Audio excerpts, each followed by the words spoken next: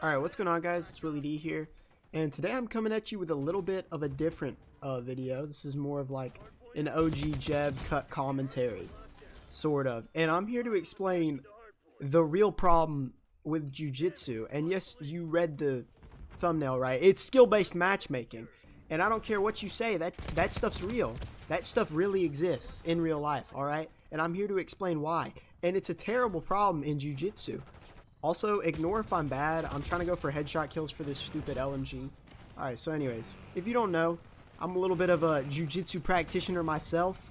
I'm absolutely horrible at it, so don't take any advice from me ever. Yeah, I've been training jiu-jitsu for about 4 or 5-ish months now, and I'd say that I'm pretty bad at it still. And, right, I've noticed the last couple practices I've been to, I've started to like get good enough to where I can submit certain people consistently, like other people who are in my weight class, which is rooster weight. And so, right, usually the way our practices work, we'll spend about the first 30 to 45 minutes learning like a new move, like a guard pass or a sweep or a throw or something, or a submission. And then for the last like 15 minutes of class, we'll go live because it's an hour long. You know, I go live, I find my partner.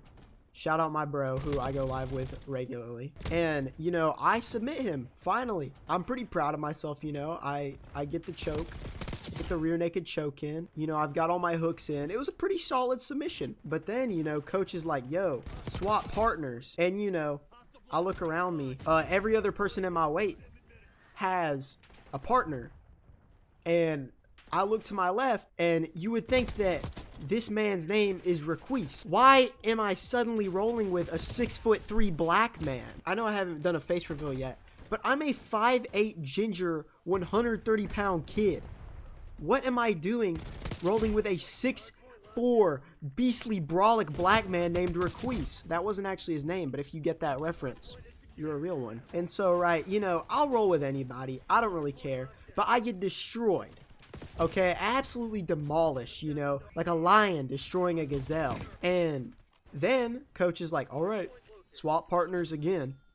And so I'm like, oh, thank the Lord, finally I can roll with somebody who, you know, is my weight. It'll be decently fair. 45-year-old divorced dad on steroids. All right, and he takes all of his rage out on. Once again, significantly larger than me. Keep in mind, I'm 5'8", 135 pounds. All right, but this was like weeks ago. I go into practice earlier today. I roll with my boy. You know, for some reason, nobody else my weight's there, but I'm thinking it's okay. I'll be all right. This problem hasn't struck me in a week or two now, so I should be chilling. I submit him. What do you know? Next guy I roll with, some big bald dude on roids named, literally, his biological name was, and I'm not even kidding you, Brick. You can't make this up, bro. You actually cannot make this up. I'm over here posted up with wannabe Gordon Ryan, dog. And so we go live. All right, we shake hands, and I'm thinking it's gonna be chill. I shoot for a single leg. This guy pushes me away like I'm a little boy. I mean, I am a little boy compared to him. I go for the single leg. This guy like just shoves me. And I go flying. Like, literally, I'm not even kidding you. And I'm sitting here thinking, oh, this is going to be a rough one. So now I'm looking at him laying on the ground in absolute fear. Wouldn't you know, I get back up. You know, we're doing just a little hand fighting, usual stuff when you're standing in jiu-jitsu. If you're a jiu-jitsu grappler or a wrestler, you probably know about that. And, you know, we're just doing a little hand fighting. And I'm grabbing his gi, he's grabbing my gi, and then he slams me like I've never been slammed before. I'm literally, it looks like I got flashbanged in a video. That's how I feel. My head's ringing. Somehow my back feels like it's broken. I'm just laying there. And I'm just thinking, oh my gosh, I'm done for. Then, right, he submits me with an Americana. The Americana of doom, if you will. Never seen a man of that age move so quickly in my life. I don't even know what they're putting in these anabolic steroids anymore. But it's more than that, bro. They've got the Mirakuru, the Super Soldier Serum. Dude, I might hop on that stuff, bro. Seeing these guys. But I digress. And so we keep rolling. You know, we go again. And he's like, all right, you can be on top. Okay, I'm on top. I'm full mount. You know, I think, all right, this is going to be great. I realize that I'm not going to be in full mount for long. And the moment I think that, you know what this guy does? He somehow just sits up while I'm in full mount. And then I have him in my guard. And then he just stands. I'm not that light, bro. What are they feeding these individuals? Like, jiu-jitsu technique all out the window. These guys are just literally super soldier that I'm getting matched up with. And it's crazy. We have about a minute left. We could probably get one more little quick session in. I say one more because he'll destroy me. I somehow get a rear naked choke on him.